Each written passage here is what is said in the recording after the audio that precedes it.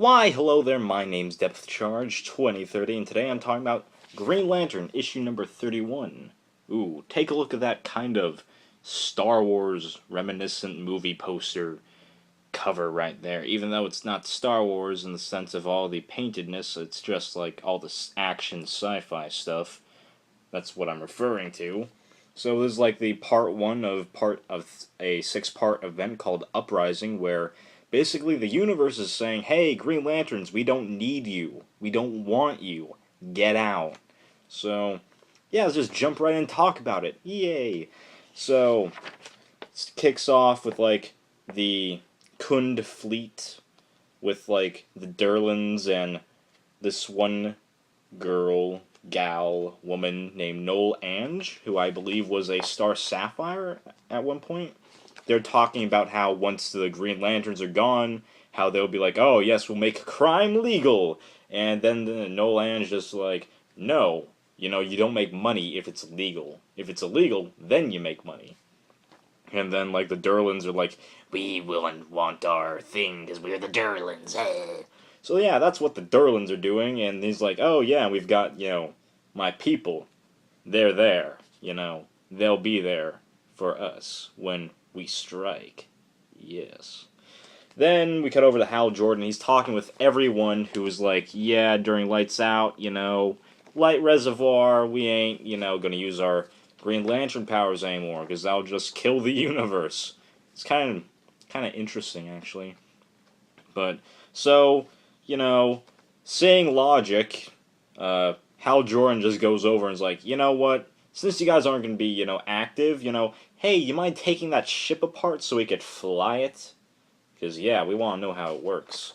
And then we just go over to, like, the mess hall, and because the Durlans infiltrated, like, everywhere, so the staff for the mess hall, no one's cooking anything, people are kind of hungry, and then we get this nice little tidbit about this one guy who's like a fire energy being, how light constructs are the reason why he's able to leave his own home planet.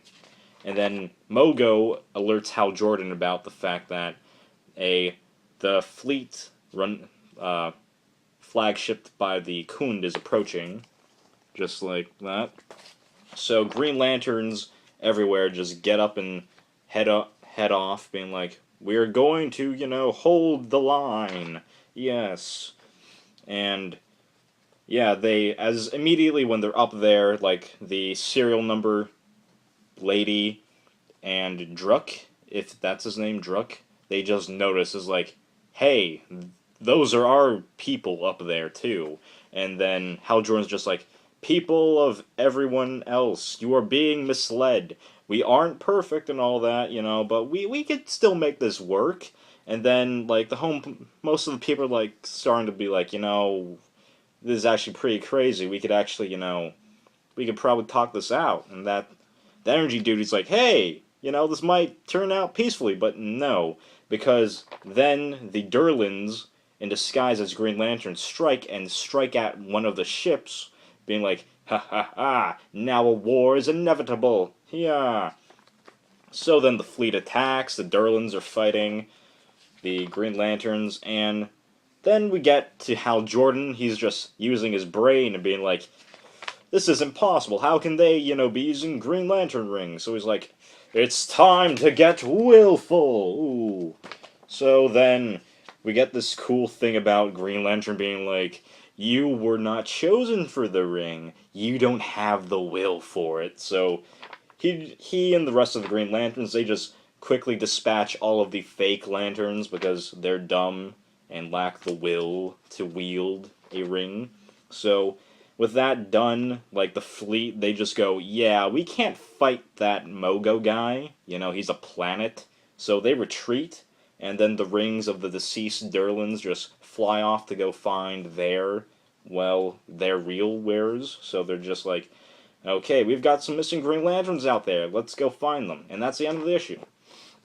What I think about it, I liked it. I really liked it. It's good to see, like, I just find it... I just like the whole angle about the universe kind of being like, "We don't want we don't want you to be a policeman for us. We want to run our own, stuff. And the Green Lanterns, they're just barely holding on to, like, what their reign of policemen of the universe. So, there's that.